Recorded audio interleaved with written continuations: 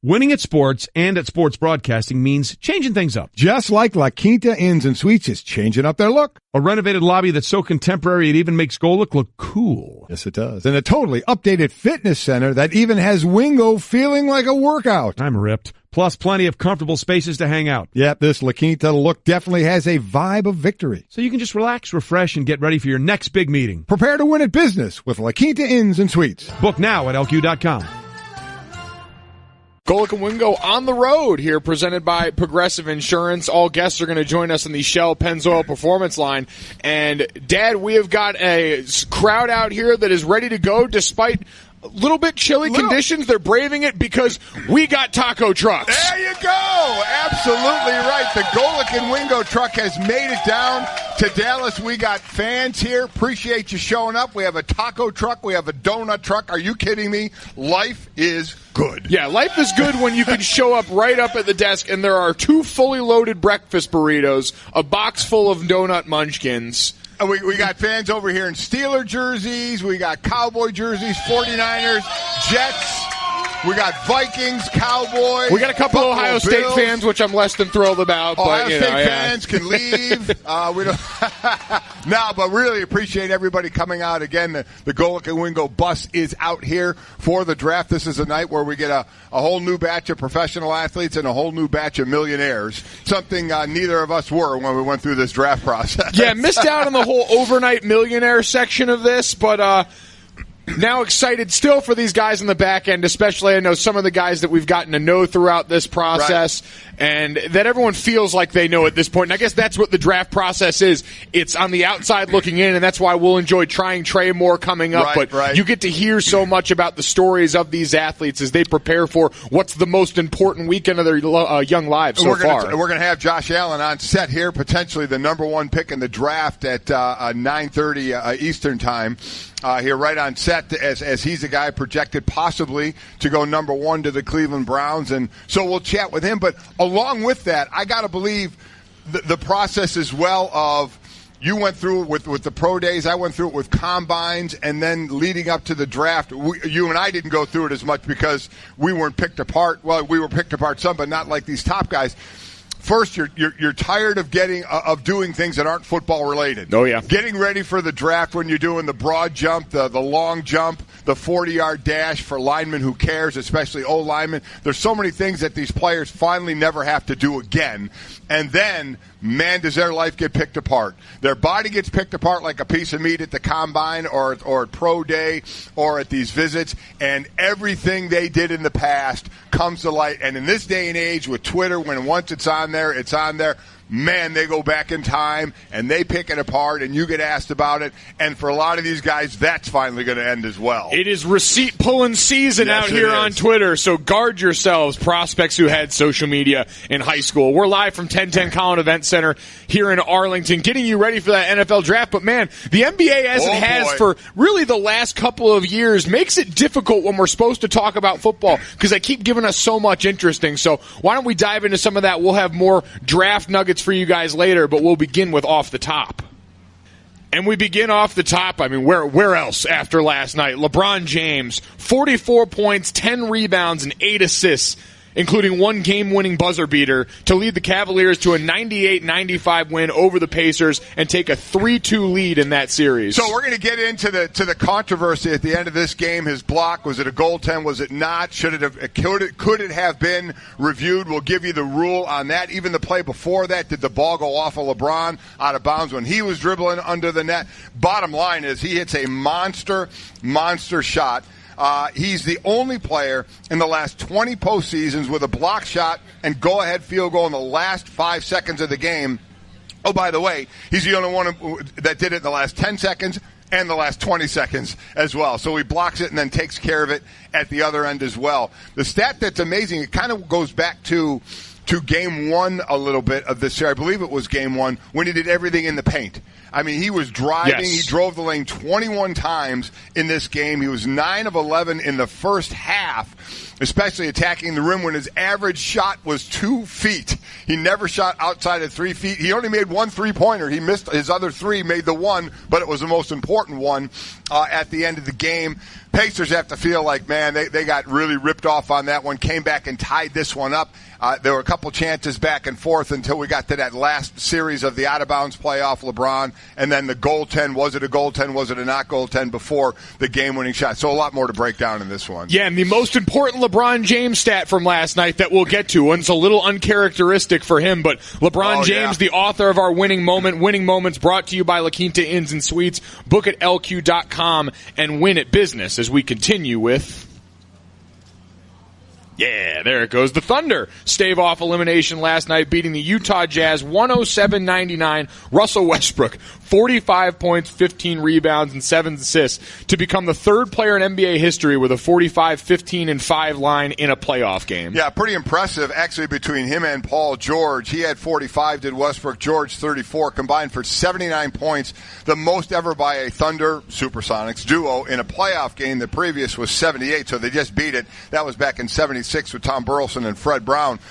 So those two came to play. We kept talking about Donovan Mitchell in the fourth quarter, what he had done compared to what Russell Westbrook had done. We had a couple games ago, Westbrook talking about, how I'm going to shut down, Ricky Rubio, and then the game after that, it ain't about me and Ricky anymore. His answers are getting shorter and shorter up in the post-game pressers. Even after this one, he didn't really expound on a lot. He just showed it on the court. This is kind of the Russell Westbrook we have been used to seeing. He also figured that since Playoff P decided to finally show his head again, he might have something more to say off that one. Playoff P finally, I think, showing up in the way that Oklahoma City fans were expecting after you give yourself that horrible of a nickname throughout this process. Really, really a bad nickname. Just god-awful. Golic and Wingo here, live from Arlington, Texas for the NFL Draft. We're brought to you by DXL. Mike Golic Jr., Mike Golic Sr., Trey Wingo going to be joining us later in the show, by the way, as he prepares for the NFL Draft right here as we continue with Off the Top.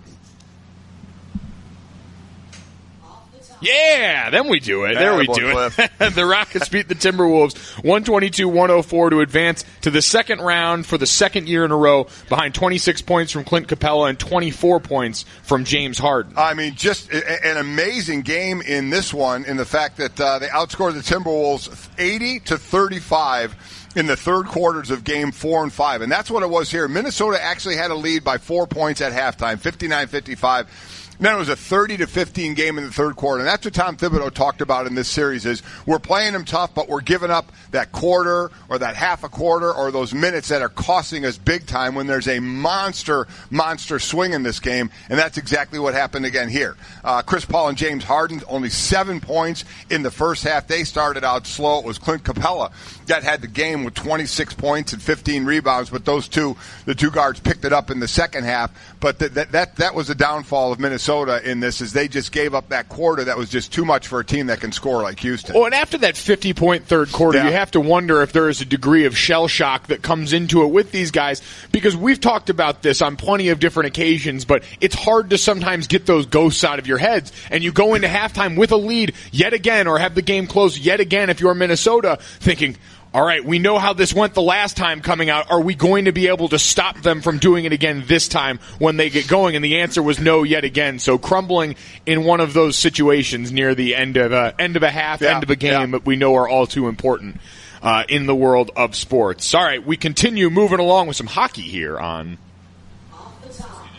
Let's do that hockey. The Bruins beat the Maple Leafs 7-4 in Game 7 to advance and play the Lightning in the second round. Boston becoming the first team in NHL history to overcome 3 deficits of at least 1 goal to win a Game 7 in regulation. Unbelievable, this game. So a 3-3 game, Toronto gets a shorthanded goal to take a 4-3 lead going into the third period, and then, are you kidding me? Boston, 4 goals in the third period. Absolutely put this one away in what looked to be coming down to a great finish for a Game 7. The Bruins just absolutely broke it open in the third period. Most goals in a Game 7 in franchise history was 7.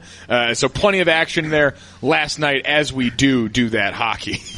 Continuing here with Off the Top.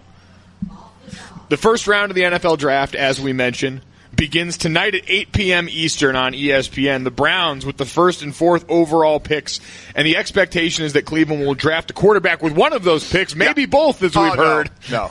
As we get ready to finally see what they're going to do with all this draft capital and what everyone else gets ready to do tonight. Really, I mean, we know the Browns are going to take a quarterback at number 1. Any talk of anything other than that, of taking the running back and then a quarterback at 4, finally tonight we can dismiss that when a quarterback's name is picked. What we don't know is which quarterback it's going to be, because we've heard Sam Darnold, we've heard Josh Allen, but it's going to be a quarterback. And then the draft starts, in my opinion, with the Giants. What are the Giants going to do? Are they going to take the heir apparent at quarterback? Are they going to take Saquon Barkley? Are they going to take Bradley Chubb?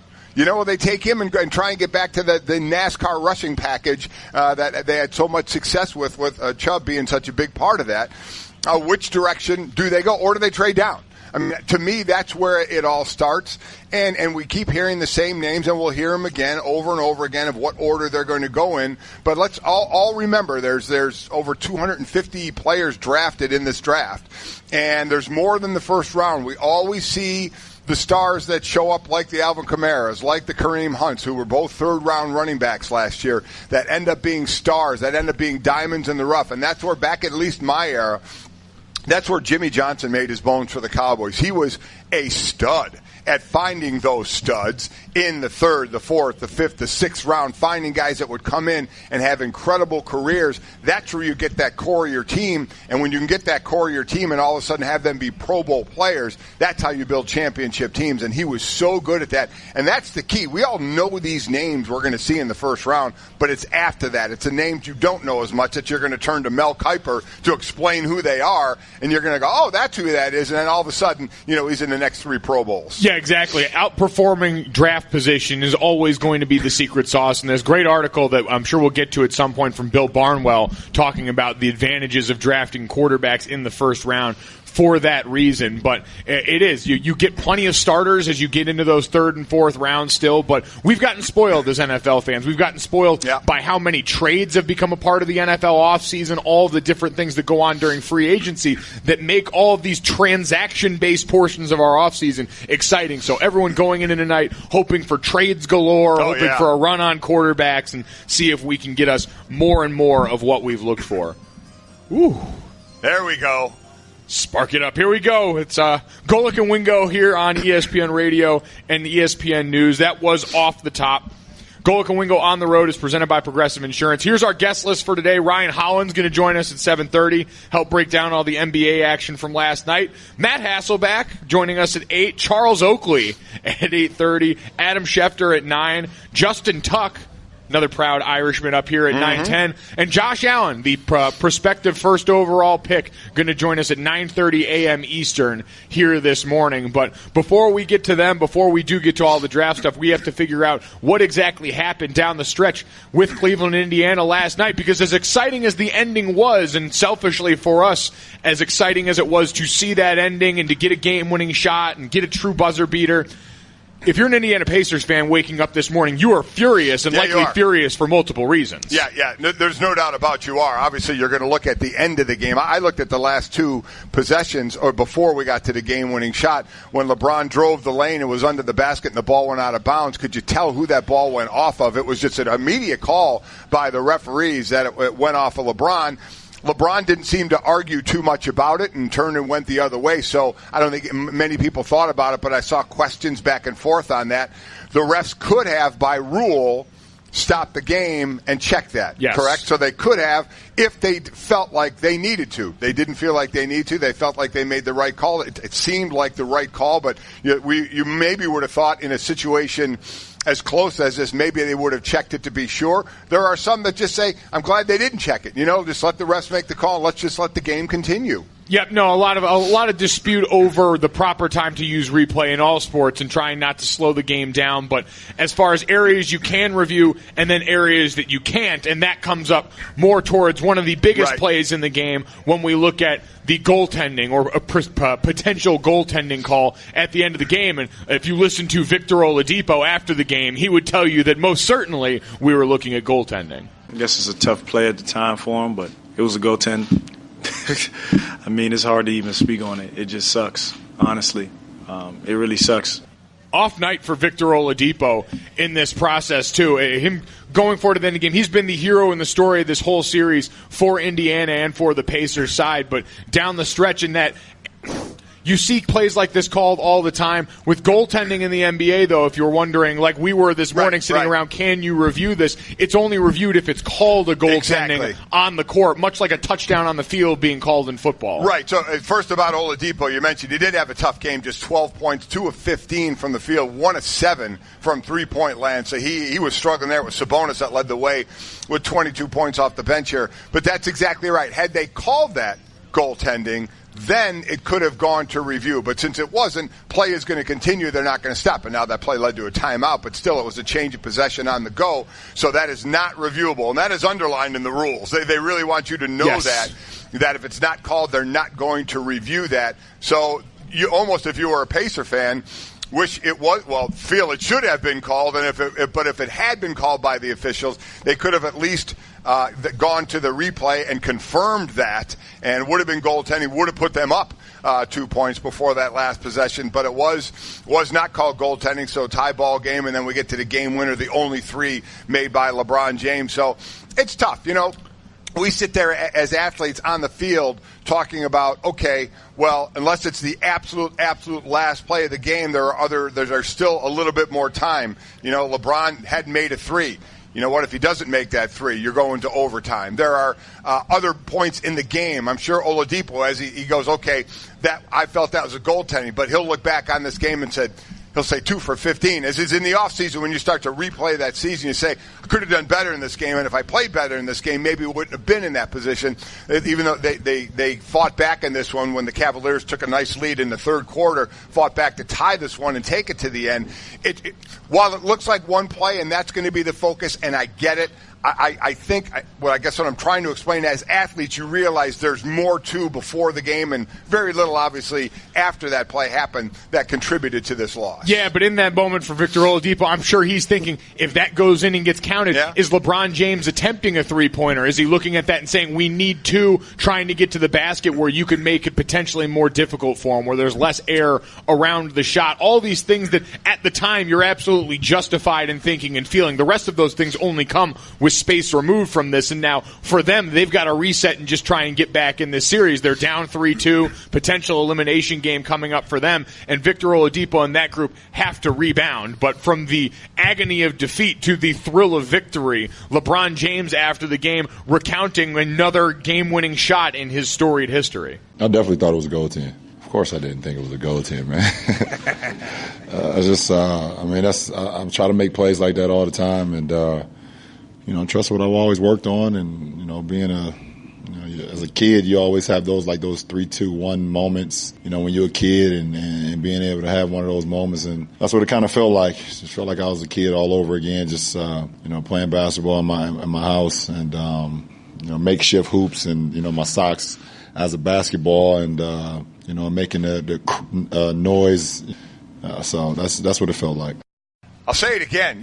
In the backyard, that 3-2-1 moment, in the last 20 postseasons, the only player in the last 5 seconds with a block and a go-ahead field goal, and he's also the last one to do it in the last 10 seconds and 20 seconds. He also had 44 points. He now has 21 career 40-point playoff games, breaking a tie with Jerry West for second most in NBA postseason history. Of course, Jordan leads the way with 38 of those. But what a moment. And I agree with you. Had that been called goaltending, does it change what LeBron does? I would imagine, just thinking out loud, LeBron probably would have drove the lane, because he only needed 2 and maybe try and get the and 1, because that's what he was doing the entire game. And, oh, by the way, if he got fouled, he wouldn't have worried about it too much, because you were going to get to that point. He was a guy who struggled at the line, son. 15 for 15 last night from the free throw line. Yeah, free throw LeBron has always been the wild card in all of these settings, because you get so much great in other areas, and yet inexplicably, for a guy who's improved as a jump shooter, especially in the last few years, inexplicably bad. We heard the article from Windhorse a couple of years ago about LeBron's ever-changing free throw routine, trying to get something there. 15 of 15 last night feels like the difference for me, for a guy where you're getting so much all the time to get even more return from that area where you're not used to it.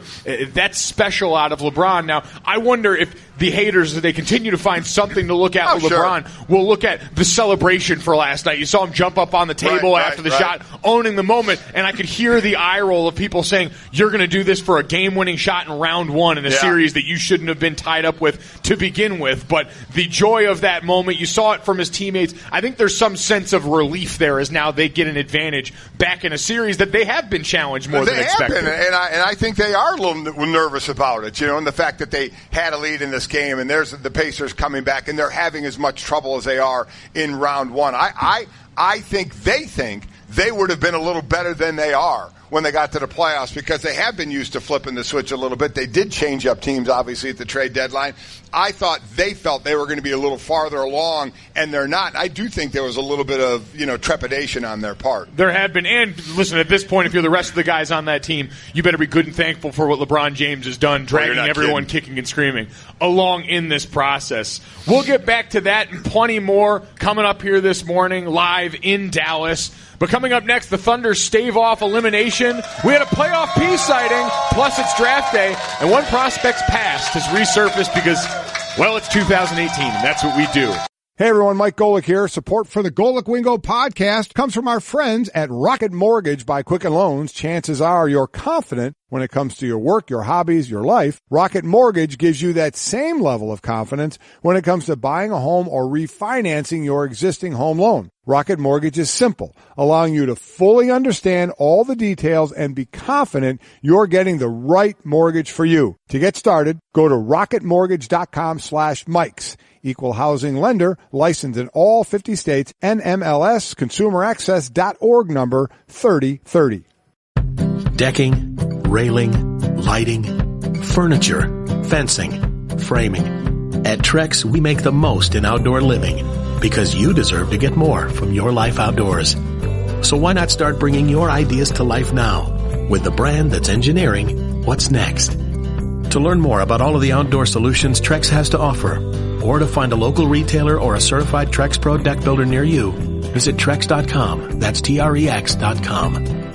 It is Golic and Wingo on the road, presented by Progressive Insurance, and we're live from Arlington, Texas, getting you ready for the NFL draft today. Mike Golic Jr., Mike Golic Sr. here. Trey Wingo going to be joining us in a little bit. We'll get more draft nuggets from Trey as we try him. He gets a little extra beauty rest to get ready for now the big boy stuff, the big-time coverage of the draft tonight and tomorrow that he'll be a part of with everyone here at ESPN. Yeah, another big long meeting they had again yesterday, and again we'll try Trey, as Mike said. We did some yesterday, and you really enjoy it because you're going to see on tape their highlights and know their 40 times and all that. But Trey takes a deep dive into some of these players, into their lives, and some kind of quirky things in their lives, or maybe something in their background that you didn't know. It's a lot of fun. It humanizes these players a little more than just the pieces of meat that they've been over the last few months. Very highly compensated, very soon pieces of meat, but nonetheless almost robotic. And now we take you down a little bit deeper and get to know them a bit. And I mean, it's not like he's just sneaking this in there on people that maybe haven't been paying attention. Yesterday, he told us things. Equiminius St. Brown, the receiver out of Notre Dame, who we've watched closely for the last 3 years. I learned more about him and his family speaking 3 different languages, his parents meeting at a bodybuilding convention, all of these different things that you're only going to get when we try Trey. There you go. Make sure you're around for that. But for right now, again, the NBA took center stage in every way, shape, and form. We went into last night with 4 games, and for the most part, we had, I think, 3 really deliver, but 2 that featured the star performers that we needed. And again, as we said earlier, just so those that may be just joining us now, about the goaltending or non-goaltending call, when it is not called goaltending on the court, it can't be reviewed. So that's why anybody was wondering why didn't they review that? It was not called goaltending. I personally thought it was goaltending. Did you think it was goaltending? Yeah, the end of the Cleveland Cavaliers game, Victor Oladipo goes up for a layup. Clearly you can watch it go off the glass. LeBron James hits the block from there. But as you pointed out, once it's not called goaltending on the court, they can't review it. Right. No matter the fourth quarter, overtime, final 2 minutes, what have you. So I'm sure we'll see something about this in the 2-minute report when that comes out which all the good that does everyone in Indiana this morning. Listen, as I said many times through my career in the NFL, you get that letter on Monday where the league, they didn't have their 2-minute report after the game, but they sent the team a letter on Monday saying, oh, by the way, we got this wrong, to which you basically crumple up the paper and throw it away. What good does it do you? We're sorry. Yeah, sorry. Hey, sorry you lost that one, and we screwed it up for you. Exactly. So they screwed that up, but we didn't have to worry about that last night with Russell Westbrook. No talk about locking down Ricky Rubio, no talk about any of that, really. It was a reemergence of the guy that we had been used to seeing over the last couple of seasons, the hyper-aggressive, hyper-productive Russell Westbrook and his compatriot, Playoff P. Gotta love Playoff P. I mean, again, still, you just can't give yourself a nickname. It's horrible. I'm usually not a stat guy, but this is a stat that just blows my mind. The Thunder called a timeout with 8:32 remaining in the third quarter. They were trailing the Jazz 71-46. It marked the 2,556th time over the last 26 seasons, regular or postseason, that a team trailed by 25 or more points in the third quarter. This is the first time one of those teams did not trail entering the fourth quarter. So they were trailing by 25. It was a tie game going into the fourth quarter. They were down with 8:32 to go in the third quarter, and they tied it up going into the fourth quarter. Out of the 2,556 games like that, they're the only team to go into the fourth quarter not still down. That's amazing. Pretty sure that's good, and you heard it, man. That moment when they finally got back, that dagger three-pointer after climbing all the way back, that arena was ready to absolutely come down. It was an incredible moment for them, incredible moment for Russell Westbrook, who just oozes confidence. And our confidence theme brought to you by National Mortgage Lender Quicken Loans. Apply simply, understand fully, mortgage confidently. And Russell Westbrook in all his confidence after the game talking about his performance. Just staying aggressive, man. Just trying to pick my spots. Same shots I've been getting, just got to concentrate on making them. And we got stops when we needed to. I thought our team did a good job of staying together through it all. And in a series where we had started to, I think, cede control to the Utah Jazz. Now, for a lot of these moments here, you had gotten, Rudy Gobert, blanking on the name, had gotten Rudy Gobert in some foul trouble, got him off the court, and so all of a sudden, the area of the court where Russ is most effective, attacking and going towards the basket, opens up immensely. And that's what our analysts have been saying, that Gobert has been huge in kind of redirecting at times. Guys like Russell Westbrook have been so effective, especially in the fourth quarter. We gave you the numbers of the previous 3 games, fourth quarter numbers, Donovan Mitchell compared to Russell Westbrook, how Westbrook had done nothing. And Gobert was a big part of that. But you're right. You get him in foul trouble. You get him off the court.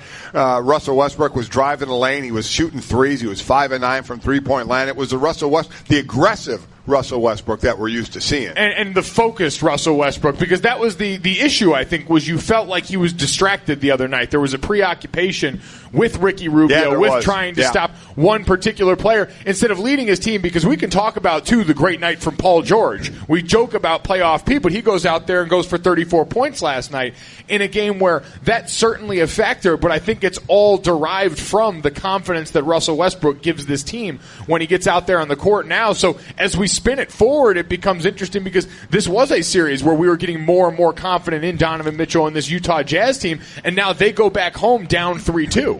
And it is amazing when two guys decide to take over the game. The Oklahoma City Thunder took 89 shots. Of those 89 shots, 65 were taken by Paul George and Russell Westbrook. Westbrook took 39 shots. Paul George took 26 shots. The next closest was Carmelo Anthony and Steve Adams. Each took 6 shots. I mean, two guys just saying, we're going to take control of this game. We're going to live or die on what we do, on what Russ does and what Playoff P does. But I think it's when a team best understands their identity, right? We joked about LeBron James and that team before, the fact that those guys should congratulate LeBron James for a buzzer beater, even if it's in the first round, because they understand his value. Steven Adams came out and was talking about this a lot the other day when asked about playing with Russell Westbrook. And Steven Adams said, I'm not really concerned with getting my shots because I know what Russ is capable of. Right. We on this team know what he's capable of. So, and I'm sure, listen, you played with plenty of all-time greats on that Philadelphia defense. There's no greater feeling as a teammate than seeing a guy that you know has that ceiling in their zone, because then the potential's limitless. Understand your role. Understand your role. I never tried to do more than I was capable of doing. Every now and then I would come up with a decent play, but for the most part I played my role, and the big plays came from the big-time people. Occasionally an average player like myself gets one, but the consistent big-time plays come from the great players, and that's the expectation for them to do that, and that's exactly what Russ and Paul George did. By the way, we talk about in the other conference, not just bouncing around too much, but in the Eastern Conference, so much of the talk the other day was about the 76ers and their process and what their ceiling is now. It looks, I think, even more probable for some of these proclamations for final appearances from them when you see the Raptors, the 1 seed in the East, just barely eking it out on their home court that is supposedly the biggest feather in the cap for this team. The Raptors so great at home. I heard every fan from Toronto chirping me all year. They eke one out in Game 5, so they're up 3-2, but this is a team that we see all of that usual mortality from that we've seen in playoffs past. Yeah, 1 point lead at halftime for them, a tie third quarter. They win it obviously in the fourth quarter, bigger fourth quarter there, but you're right. We keep waiting for everybody said they're ready to go to that next level. They look different. They're playing different. And, I think they're going to win this series, but I think people thought they would look a little more impressive doing it. I think people expect a little more separation from the powers in the East, and now that we're not getting it, we look more longingly at a young team like Philadelphia and say, you know what, at this point, why not them? Why not them? So we will have plenty more on that. Ryan Hollins going to join us in just a little bit here. We'll have more great nuggets from the NBA playoffs. He'll join us on the Shell Pennzoil Performance Line. But coming up next, it is draft day. Yes, it is. The Browns are on the clock right now, and we actually get to play off that clock at 8 o'clock Eastern tonight. Their GM hasn't even told his wife or the team's owner who he plans on taking, and I have a feeling, I think I know which one of those would be more upset about not knowing anything in his life. One of the players we think he's considering was in the news for all of the reasons one would be in 2018. We'll get to that next. Winning at sports and at sports broadcasting means changing things up. Just like La Quinta Inns and Suites is changing up their look. A renovated lobby that's so contemporary it even makes Golic look cool. Yes, it does. And a totally updated fitness center that even has Wingo feeling like a workout. I'm ripped. Plus plenty of comfortable spaces to hang out. Yep, this La Quinta look definitely has a vibe of victory. So you can just relax, refresh, and get ready for your next big meeting. Prepare to win at business with La Quinta Inns and Suites. Book now at LQ.com. We're just setting up for it at this point. Every Browns fan has to hear that and goes, oh, really? Yeah. Hold my beer. Yeah, I mean, listen, they've done it all the time. As we were just talking about, it's been different coaches, different regimes, different GMs that have screwed it up, made the wrong picks. It hasn't worked out to the tune of even last year, obviously a winless season. So you have to think it's going to change somehow, some way, and they'll get their chance. Again, 2 first-round draft picks. They've had that before, and we've seen it screwed up before. So will they do it? They'll take who they think is the best quarterback at number 1, and we'll see who's available for them then at number 4. But that's how it's going to go. And, everybody says it's a Cleveland Browns, so whatever quarterback they take, that's the one that's going to be a bust. So we'll just have to wait and see. We'll have to wait and see. Right now, we'll have to see about some Straight Talk brought to you by Straight Talk Wireless. Best phones, best networks, no contracts, because one of the prospective hopefuls for the number 1 spot, one of the quarterbacks that we think could be up for that, Josh Allen was the first one to find himself in what has, I think, become a yearly rite of passage during the NFL draft season. Josh Allen having to, on the eve of the NFL draft, apologize for some offensive tweets that surfaced on his social media account. These tweets from years ago now, I believe 2013 and 2012, when Allen was in high school, going on and talking to our own Stephen A. Smith late Wednesday nights, apologizing, saying he was young and dumb. This is a guy that we know in high school, coming out of high school, was very far off the radar of a lot of college teams, had to send over 1,000 emails like we saw yesterday, and is yet another one of these young players that come up in a generation, even younger, much younger than myself, who had all of these social media aspects available to them at a very young age and made the mistakes that you would assume they would. Does that bug you? I mean, what do you think of that? I'm not one to really look back that far and say, oh, this is what you tweeted when you were in high school and hold that against you, but this is what we do, and I think either way it's not going to affect his draft stock or draft status at all, but that it comes to light, and then you have to come out and you have to apologize for it. But what he said, you're young and dumb. You make stupid mistakes there. It's, again, a learning process that whenever you hit send, it's there for good. I think it is. It's that careful reminder, and this is not to say that this is a total indictment on his character, but like everything else as part of your past, you have to own it and understand these are still mistakes made. I mean, these were mistakes that regardless of who's looking, using a couple instances, the N-word was used. There was a couple instances, some more graphic details, but it's one of those situations where we have to understand and contextualize it the right way and just continue to let these kids know going forward, this is the world you live in. So it should be more than anything a signal to guys that are in high school now that have been dealing with this for a long time that you're not excused from this, especially if you've got these lofty goals and expectations. We saw some things come out about Trubisky last year. The kid from Villanova, DiVincenzo, had that happen not too long ago. Where his tweets from back it was in high school as well, was it not? Some tweets come out from him. So, again, to your point, you're right. You have to own it. And for those that make, we keep using that term, young and dumb. And listen, when you're young, you do make dumb mistakes, immature mistakes. I get it. But that age, and it is even obviously younger than you, you're growing up in a world where you understand it way more at a younger age than most people did when this was just coming out, of the effect that it can have, of what you type in there, and when you hit send. I mean, you want to talk about one of the lines that will live in infamy. It's our own Herm Edwards saying, don't press send. I mean, don't press send can mean so many things, from don't either say it, vocally or actually hit send on a keyboard to send something out there. You have to think more about it, and we get more and more examples of that, of people that hit send and then have to walk it back and have to walk it back, and you look foolish when you have to walk it back, but yet it continues to happen. It is a sign, and it is a signal to people, but does anybody listen? I'm sure some do, but I don't think you're never going to get nobody to do things like this, but it should make you think before you hit send, and unfortunately too many people don't. Well, and kids now should have a better understanding of how this is going to resonate, because when you're Josh Allen at that age, you see Twitter as another place to interact with your peer group. You see it as where your friends are, and so you go on there and you operate like the rest of the world isn't looking at you, because at that point they're not.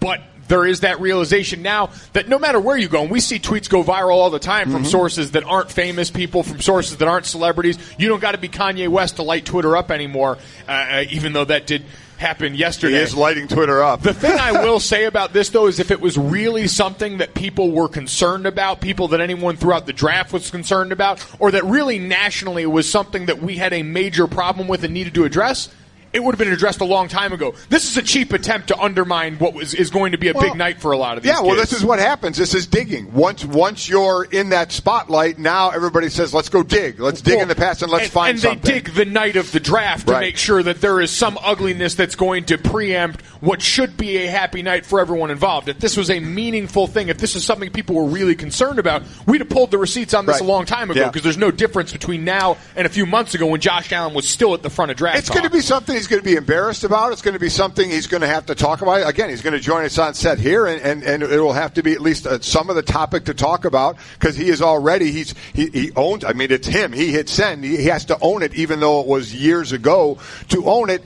And it's something that's going to be embarrassing for him. But as I said, it's not going to affect. If the Cleveland Browns had in mind for him to take him number one pick in the draft, and then they found out about these tweets, it's not going to change it. It's not going to change it. If that's the Cleveland Browns pick, he's still going to be the number one pick if that's who the Browns want to go with. It's just going to be an embarrassing couple of days for him to have to relive those tweets and talk about them. Exactly. So he will get through that. Straight Talk Wireless, nationwide coverage on America's largest and most dependable 4G LTE networks. All right, speaking of the draft, we'll have him later in the show, but coming up next, the voice of the draft, Hal Wingo III, is going to wake up. He's rolling out of bed. He's going to grace us with his presence, provide more of those great background draft nuggets that we saw when we tried Trey, info on players whose dreams are all getting ready to come true tonight, and dreams will become a reality in just a matter of hours. So be sure to stick with us. Trey joining us next here on Golic and Wingo on ESPN Radio and ESPN News. I just saved hundreds of dollars by switching to Geico. I feel like a whole new person.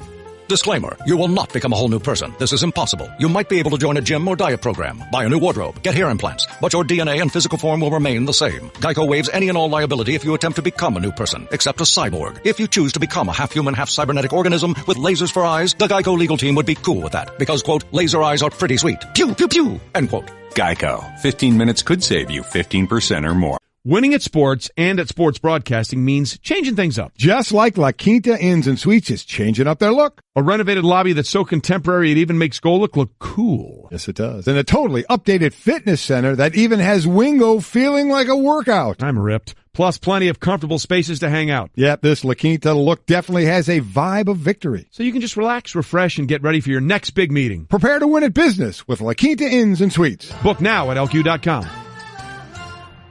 Wingo is hosting the coverage. Of course, I will be hosting the draft all 3 days on ESPN television. Just kidding. Golic and Wingo on the road. Presented by Progressive Insurance. Wow, you show up and the first thing they do is they cut your legs right out from under you. Wow, what's that all about? Cold-blooded. Welcome back as we continue here from 1010 Collins outside the AT&T Center as we have our donut truck. We've got our taco truck. We got burritos. We got a bunch of idiots back there. Yeah, we do. Glad Awesome. you're with us this morning. We are ready to roll. The draft, Golic and Wingo on ESPN Radio and ESPN News live from the 1010 Collins Events Center in Arlington for the draft, presented by Progressive Insurance. All phone guests join us on the Shell Pennzoil Performance Line. We're in Texas. Yes, we are. I did not expect to see this.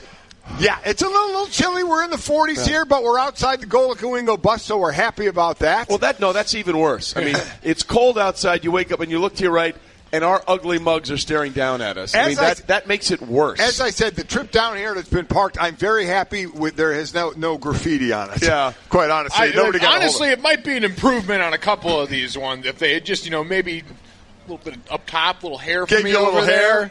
I'd be fine with someone drawing a toupee in on that, but we've got the bus, we've got warm donuts over here this morning. HD it's been a is real not our treat. friend. I want to be clear about that. We're not an HD. Let me tell you what, though, the fact we have a donut truck and a taco truck could be the greatest thing known to mankind. We're in good shape. Yeah, we're happy. Lots to get to, including LeBron pulling an MJ last night. This time it was for Cleveland instead of against Cleveland, which is pretty cool. And, of course, we'll break down all the draft stuff as well. But let's start, as we always do at the top of the hour, with What's Trending. Thank you, Cookmaster Cliff.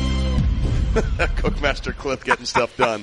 LeBron James, 44, 10, and 8, and one game-winning buzzer beater to lead the Cavs to a 3-point win, 98-95 over the Pacers, and move up critically 3-2 in the series. Took a big lead in the third quarter in this one. They had the most they had in the game was a 12-point lead. The Pacers did a nice job coming back this one on a night when Victor Oladipo was off. 12 points, just 2 of 15 from the field, but he would have had the go-ahead layup had it not been goaltended. Yep. That wasn't called. LeBron James had the clean block. Clean block. Nothing to see. That's obviously what the referee saw, but it was LeBron out of his mind, getting the only one in the last 20 postseasons in the last 5 seconds to have a block and then a game-winning shot as well. He's done that in the last 10 seconds and last 20 seconds as well. The big thing to me, Mike, was what he did at the free throw line. It was incredible. 15 of 15 in an area where we're not used to this kind of production. If you're looking for one area that's a major deficiency in LeBron James at this point, you've got to look pretty hard. It's been at the free throw line. And so when you're getting down to these games, and they've all been, for the most part, close in this series. Indiana has pushed Cleveland every bit of the way here. Those are the little moments where you can find an edge and get over the top. Well, that's the thing. I mean, the one thing the knock against him has been is the free throw, 15 of 15. And the other thing is, remember, he's never lost a first-round series, so he's one more win away from being 13-0 in his playoff career in the first round. All right, we continue with, well, the Thunder staved off elimination by the way, staved off is one of the greatest sports phrases of all time. And I would never use that exactly. in my outside normal of talk. saying this, where would you ever say, I staved off hunger by having dinner last night? I staved off my lawn by putting fertilizer on it. You never do that, only in sports. But that said, the Thunder staved off. There you go. Elimination by beating the Jazz 107-99. Russell Westbrook 45-15-7 to become the third player in NBA history with a 45-15-5 game. LeBron and Wilt being the others. I want to read this stat again because read that stat again, Mike. It is amazing, and I know let's do that hockey. And I know you haven't heard it. Yeah. So I'm going to read this stat again. The Thunder called a timeout with 8:32 left in the third quarter. They were losing by 25, 71-46. Wow. It marked the 2,556th time over the last 20 seasons, regular or postseason, that a team trailed by 25 points or more in the third quarter. They became the first team to go into the fourth quarter not losing. Wow. It was tied going into the fourth quarter, so they're the first team to do that out of 2,556 games of being 25 down. And this was Russell Westbrook, being his aggressive self. Which he hadn't been in the fourth No, quarter. he hadn't. He and Playoff P just got it done. They did.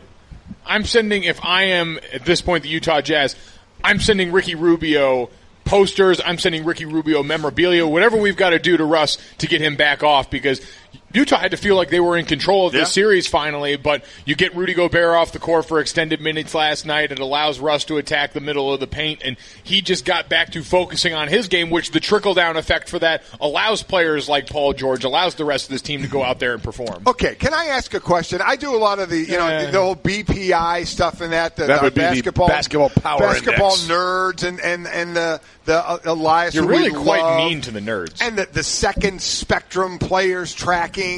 Can you explain why we need this stat? Just tell me who the glue guys are. That's all I care about. You're going to love this. All right. Second spectrum's player tracking. Is that a glue guy? I don't know. Okay. We know how many dribbles players take. During this comeback, Westbrook and George combined to dribble 410 times. Russell Westbrook dribbled during the comeback 303 times, Paul George 107 times. Why the hell do we care how much somebody dribbled? The only dribbling I know is when I dribble out of my mouth. I dribbled some of this burrito, but it was so good. Thankfully, you gave me the wipe it off my chin, so thank you. Why are we keeping track of dribbles? I guess the only thing that makes sense to me, and this is completely guessing, is that means the star players had the ball in their hands. Oh, okay. That's it. All right. Does that fly? Does that work at all? It's a creative way to try. I don't know. I don't know. Now for the nerdies at home, they're going to be counting dribbles. The nerdies. 1, 2, 3, 4, 5, 6. I mean, come on. You know what we need? We need an NDI, a nerdy dribble index. I mean, we're counting dribbles. They held on to the ball a lot. I mean, that does it for me. I'm good with that. But you would have no other way. They can't actually hold on to the ball and walk around with it unless, of course, you're Lance Stevenson, who picked that ball up and walked like 8 or 9 steps with it. And then looked at the ref like he was crazy for calling for traveling. And remember, Mike, you can't eat your cake and have it too. Oh, my God. You can have your cake and eat it too, but you can't eat your cake. I'm going to hit you right in the the throat. Too. Honestly, right in the throat. Play the jingle. That might help at this point. Okay, Cliff. Didi done did it again. Didi Gregorius homered for the fourth straight game and had 2 RBI to his major league leading total of 29, going 3 for 3 with 2 walks to send the Yankees past the Minnesota Twins 7-4 Wednesday night. It was their 5th consecutive. Is there a reason you're doing that kind of He's saving his voice for tonight. FM DJ coming to you. Pink Floyd, Deep Side, the other tracks. We got it coming up next. Incredible what this guy's doing, right? And it was brought up. Who was it brought up by yesterday? Stanzik, the most talented shortstop in Yankee history. And I think, again, bringing in Derek Jeter into this, we got to go a little longer than I know. Gregorius been in the league for a few more years in his time with the Yankees, but this is just 5 straight games. Fourth year with the Yankees. But just talent and tools-wise, that's all Stanzik's point was in this, and that's why I think it's well served. He is very talented, and he does have a lot of tools, okay, for talented and tools. But now to be considered. So do you want to say, right now, or is this a longevity thing that we're talking about? Well, I think the feather in Jeter's cap was that he was able to put together a long, storied career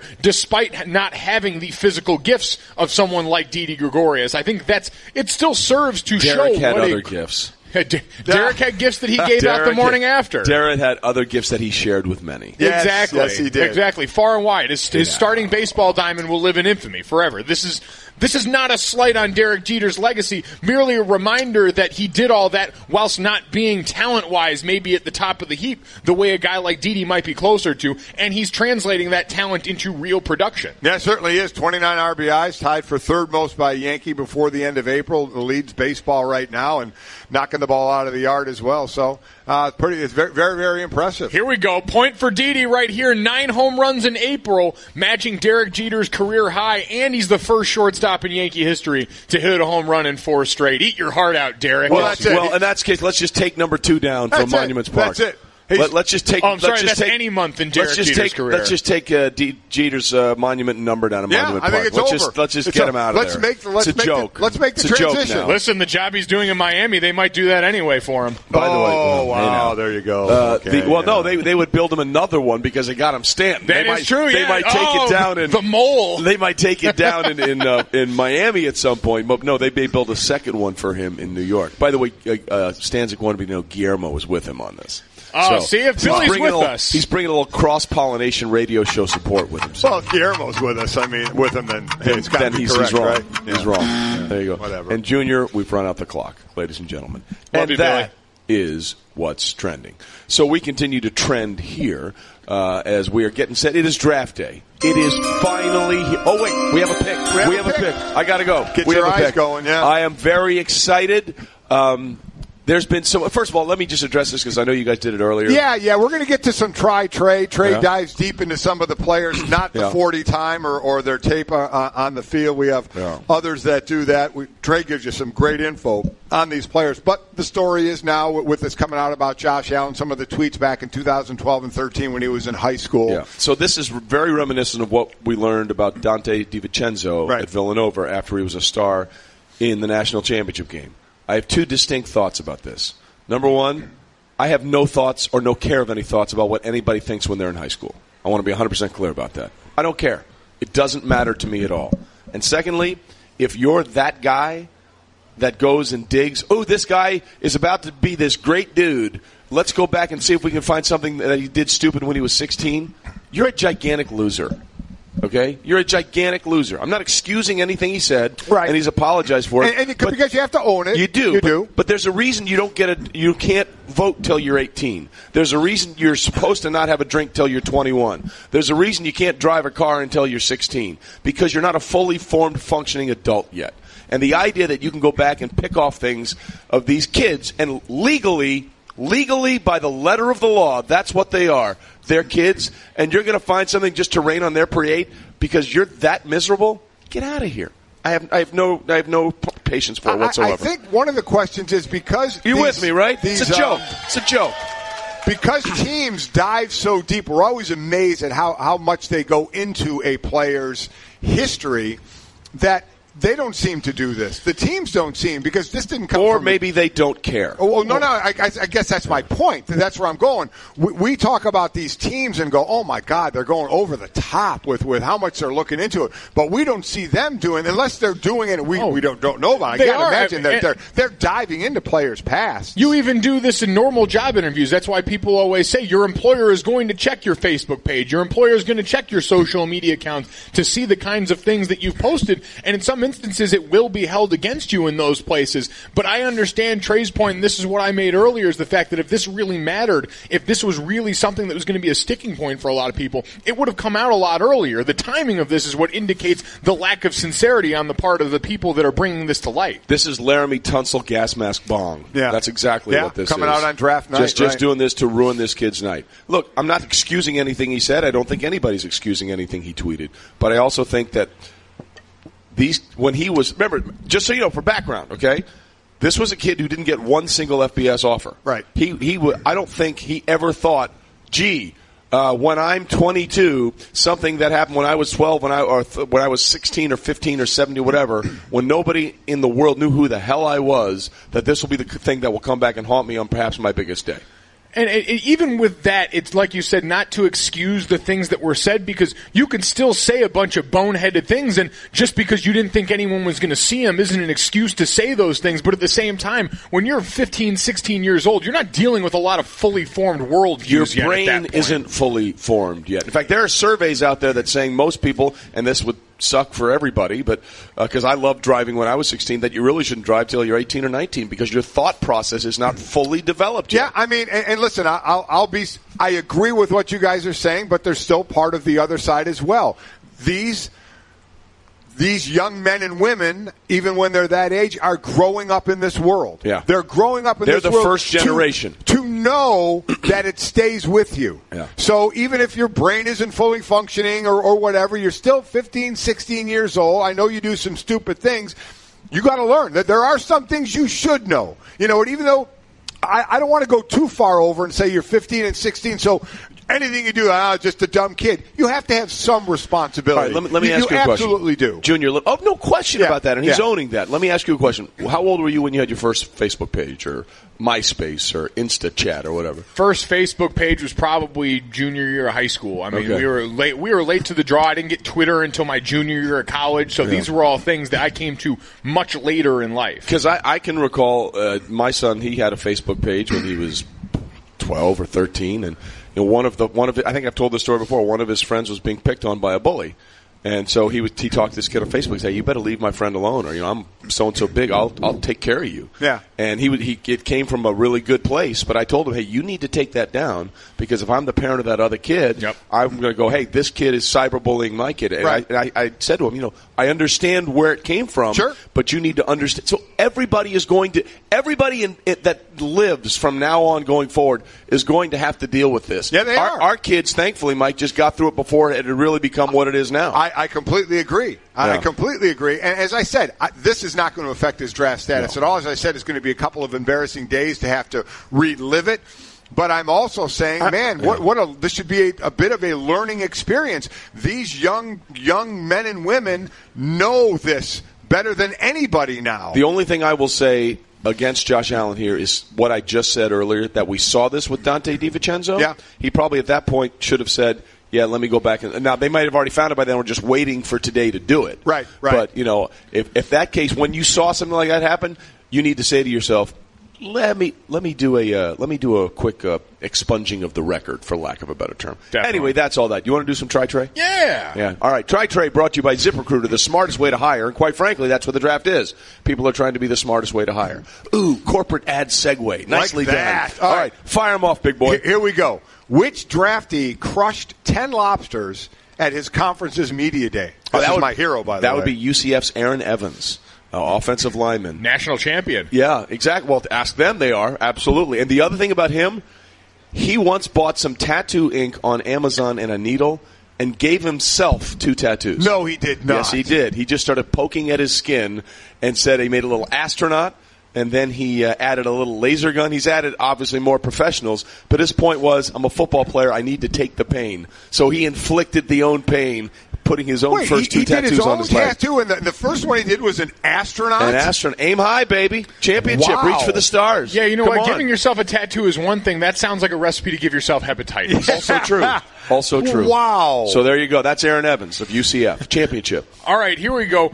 Which draftee is a descendant from a royal family? Oh, that would be Duke Ejiofor, rush end out of Wake Forest. Oh, yeah. He comes from a royal family in Nigeria, and his brothers' names are Princely and King, hence him being Duke. Duke Ejiofor. I like Princely. That might be in the running. It's up there. It's up there with the Amukamara's. Prince Amukamara and his 5 sisters: Princess, Passion, Peace, Precious, and Promise. Thank you and good night, everybody. Thank you. This is the stuff you're going to get on a trip. As Mel is telling you about the player and Kirk Herbstreit is telling you about what they can do on the field. Trey is going to tell us the garbage. Trey is going to tell us who the draftee graduated with a double major in biology and sociology and wants to be a heart surgeon. That is cornerback Brandon Faison out of Virginia Tech. His mother and father both are extremely committed. I think they're both military veterans, and they told him, hey, you can go play this football thing, but you better figure out the education as well. You don't miss a class. You don't miss an assignment. You don't miss anything. He graduated with a double major in biology. Yeah, this guy's solid.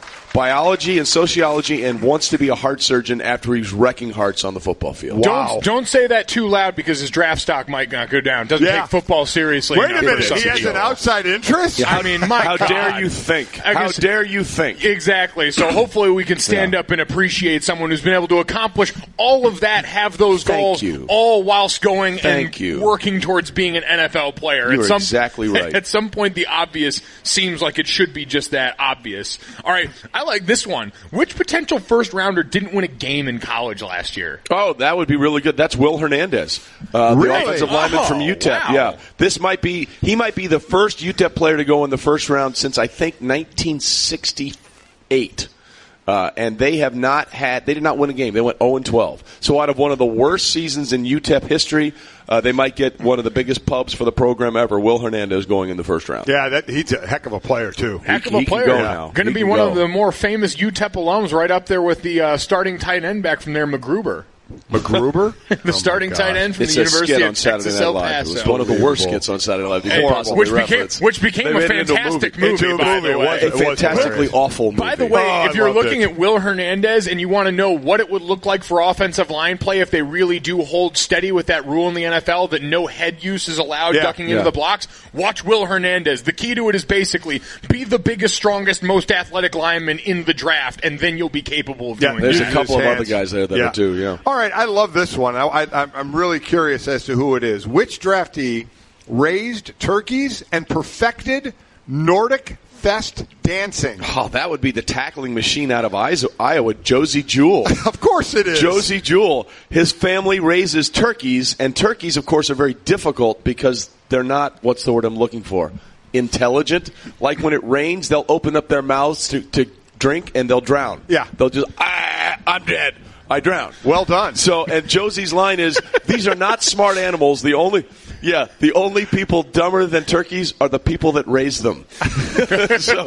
And when he was in high school, they had this Nordic fest dance, which was sort of a welcome to spring thing, and the women do certain thing, and the men do certain responses, and one of them is like a parry kick 360 turnaround where you knock an apple off your partner's head. So he had to do like a spinning kick, and he perfected it. So when he gets drafted, I will be calling him the turkey-raising, Nordic fest dancing, tackling machine out of Iowa, Josie Jewell. I want to see the whole kicking of the apple off the head. It's pretty impressive. Because you know what was bad? If you didn't perfect it. Yes, you had to perfect that, otherwise you went single the next year. Exactly. Draft stock up, very loose hips, fluid motion. Ah, there you go. All right, we can sneak in one more here, Stanzik says, the evil voice in my head. All right.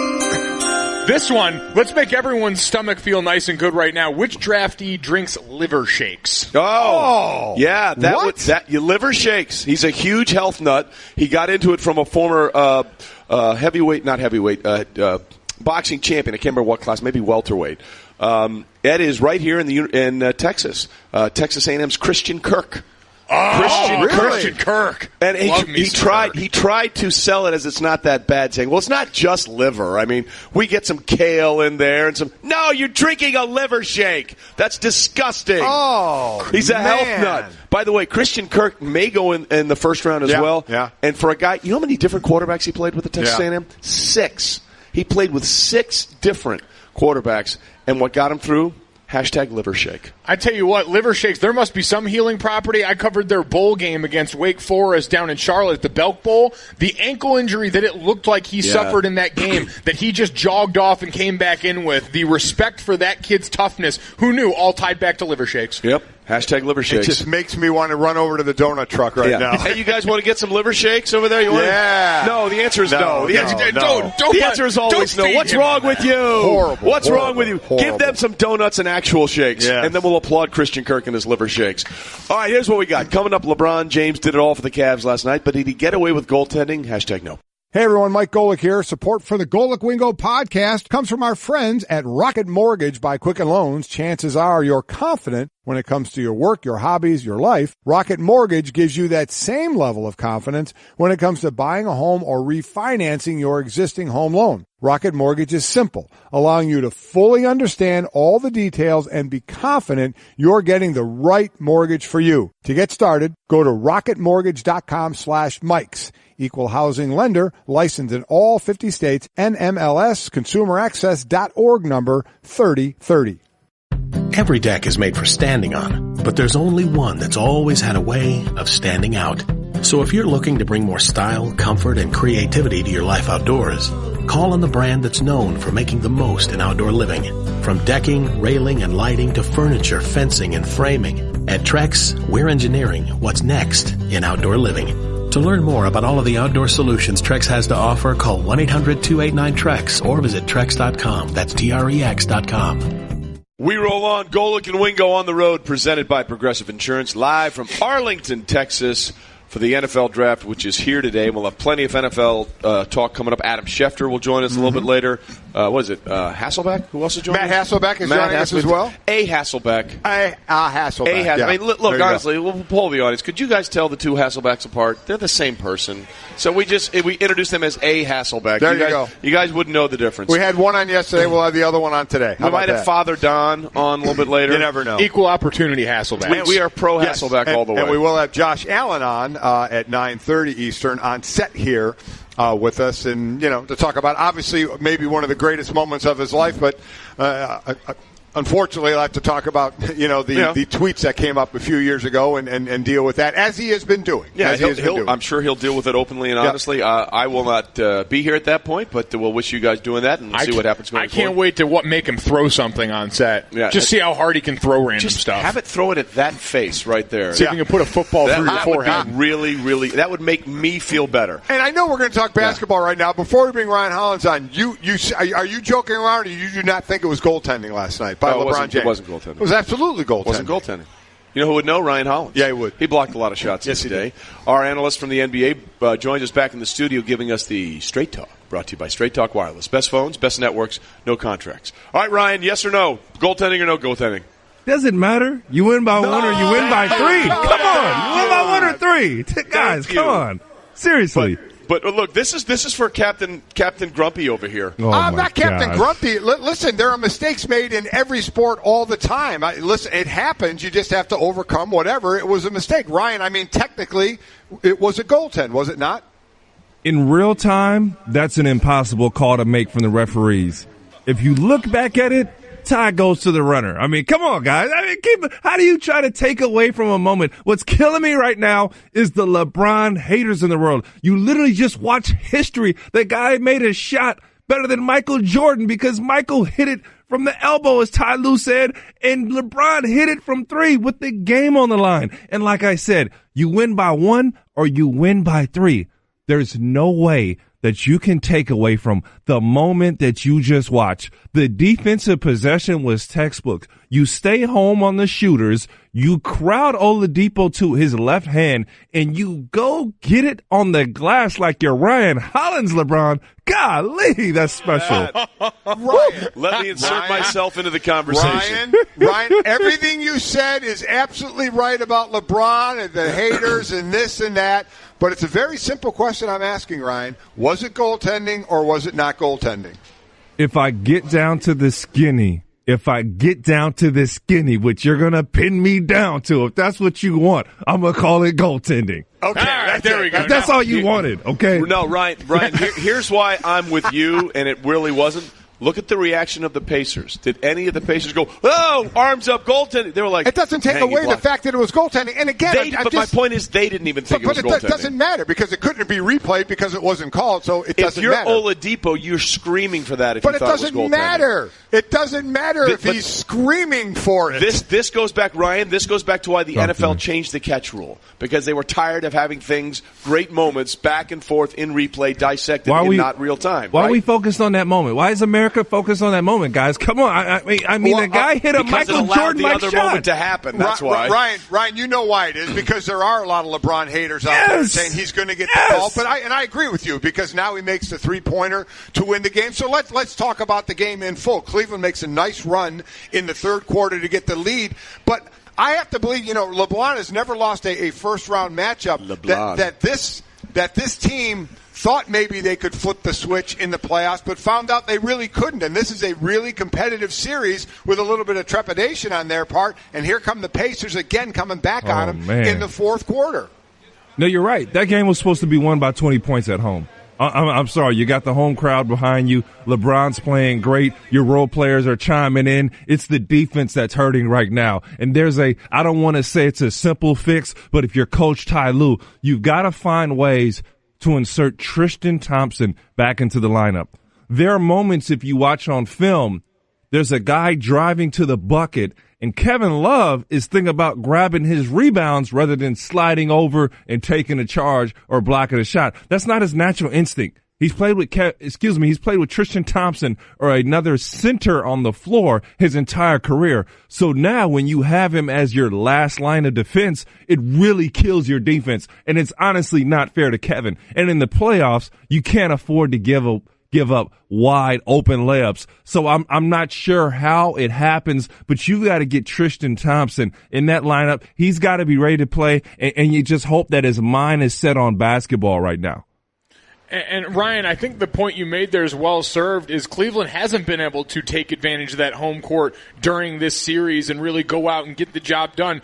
I don't know if you're still worried about them in this series or if with a 3-2 lead you're confident, but going forward for the rest of the playoffs with this team, how concerned are you about the long-term success potential for Cleveland in this playoff stretch? Oh, what's up, brother? Listen, I'm incredibly concerned. You want to know why? Because LeBron, when he lost game one, what he wanted to do is not have to exert that much effort. He wanted to save that for the finals, Eastern Conference Finals, NBA Finals. He's already thinking ahead. And then he said, whoa, hold on. We dropped a game. I can't go down 0-2 and then go to their place down 0-2 where I could potentially get swept or be in a really, really bad situation. So the fact that LeBron has to exert so much energy that Indiana forced him, yes, and he burned him 44 points worth and a game winner.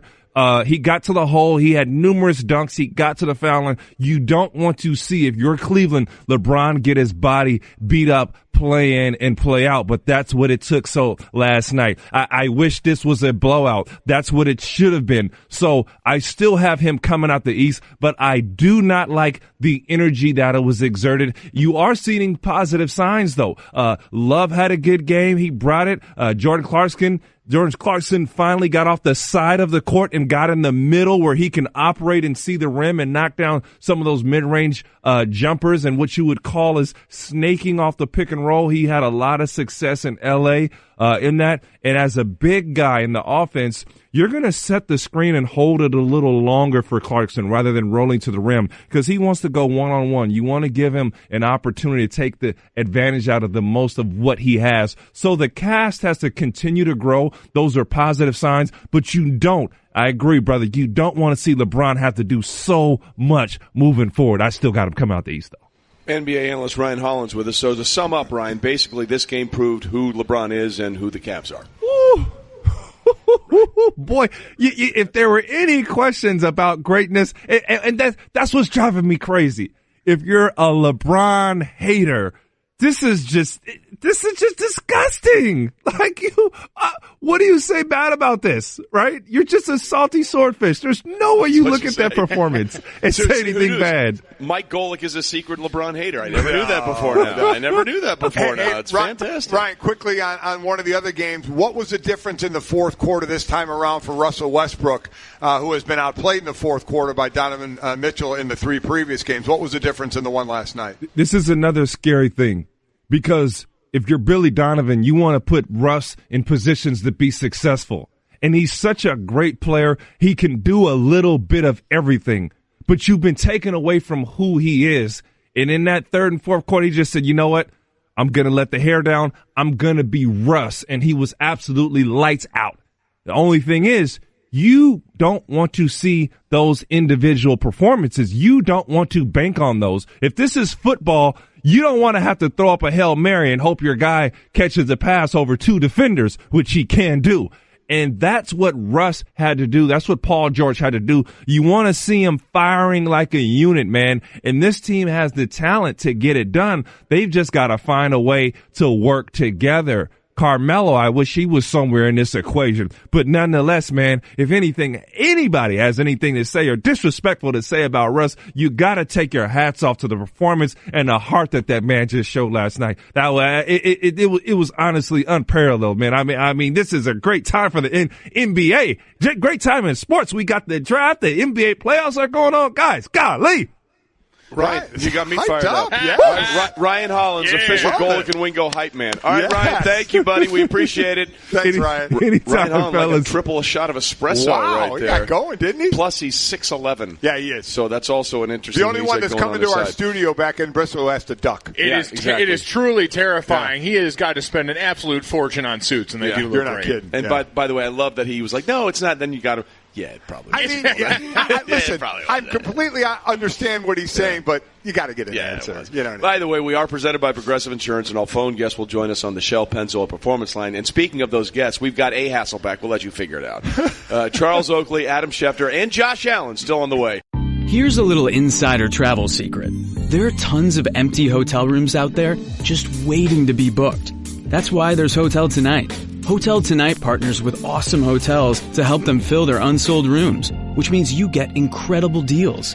And even though the name's Hotel Tonight, you can actually book up to a week in advance and up to 100 days in advance in top destinations.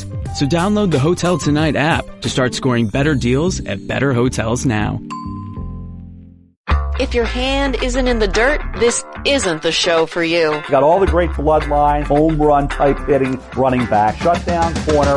Golic and Wingo on the road. Presented by Progressive Insurance.